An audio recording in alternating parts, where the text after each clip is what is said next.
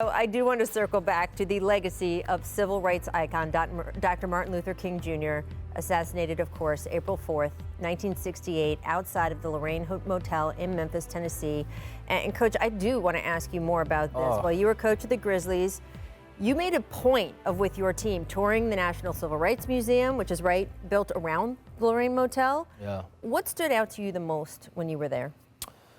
Well, first off, it just moves you immediately understanding the significance of what happened in that moment and understanding what it did to our country, what it did to the black community, what it did for black and white relations in our country. And you feel it, the gravity of it as you pass through it. In that moment there, well, they let us stand in the spot where he was killed. And for me, I think what broke me down was, here I am, a black man. I'm the head coach of the Memphis Grizzlies.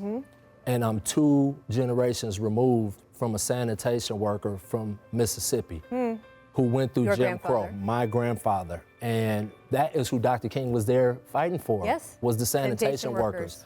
And for some reason, it overwhelmed me. It still overwhelms me now to think about just 2 generations later, what we've accomplished, where we are now. And so the best way we can honor him is to pay that forward and continuing to serve and trying to change the world.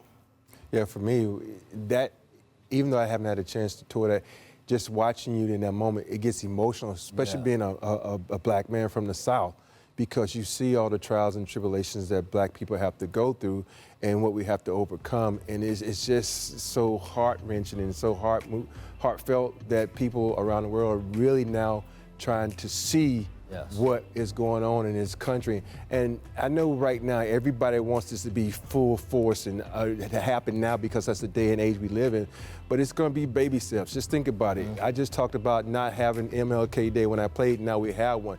And hopefully by the time our grandchildren and our children's children have this moment, it is equality. And it's just a moment, we're going to have to be patient. We're going to have to work towards it, And we not just got to sit back and stay silent, because when you're silent, things don't happen. So we still got to keep our voice and keep that message in front so we can move forward. Absolutely. And the celebration of Martin Luther King, of course, also a celebration of so many men and women who have made so much progress pushing this country forward in the battle for civil rights.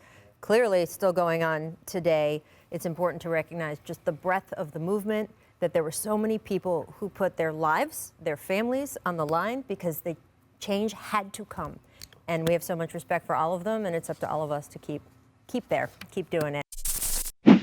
Thanks for watching ESPN on YouTube. For live streaming sports and premium content, subscribe to ESPN+.